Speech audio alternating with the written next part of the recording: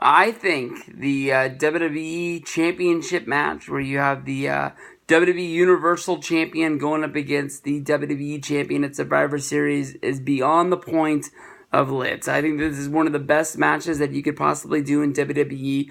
I just made a video reviewing over Crown Jewel, basically saying that WWE has booked itself into a corner again. I understand that when the WWE Universal Championship is wrapped around the waist of Brock Lesnar, WWE feels that they have the best champion in the world because of Brock Lesnar's UFC ties and just him being a real big badass and a major star.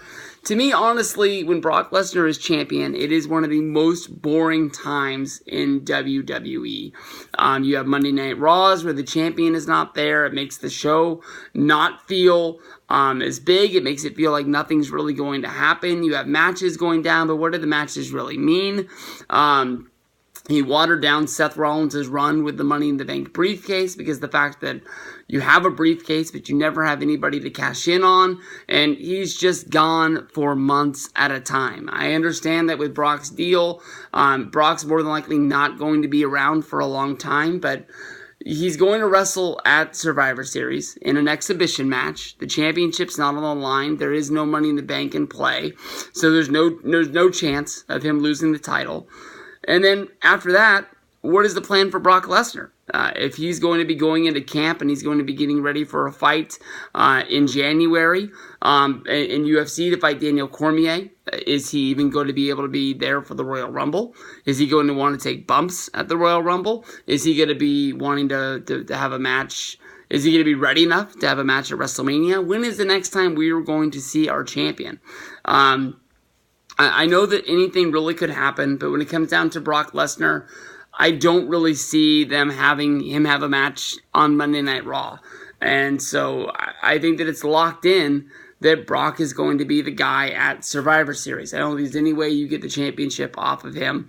AJ is a guy that, he will put the title up on SmackDown. And SmackDown, although they don't do title changes a lot, they did a title change right before last year's Survivor Series, taking Jinder Mahal out of the match, replacing him with AJ Styles, a little bit due to, the fanfare and a little bit because of Jinder Mahal is Jinder Mahal. And they wanted to have a little bit of buzz before the show.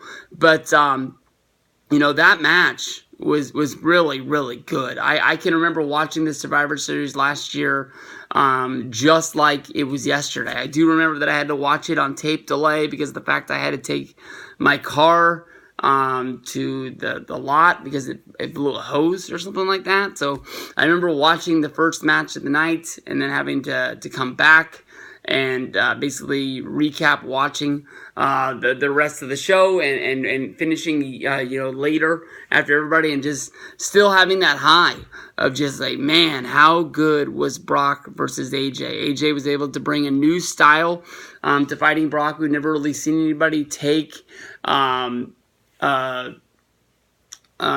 high impact the high risk, I guess you can say. Most people let the fight come to them when it comes to Brock Lesnar because he's most of the time fighting bigger guys, and AJ not really being smaller, but not really having the girth and the strength behind, punching Brock Lesnar in the face, was, coming off the top ropes, giving him drop kicks to the head, things like that. That makes it really fun. So, no doubt in my mind, Brock is going to win this match. I know that it is kind of weird because the second year in a row we have the same match that's going to have the same finish.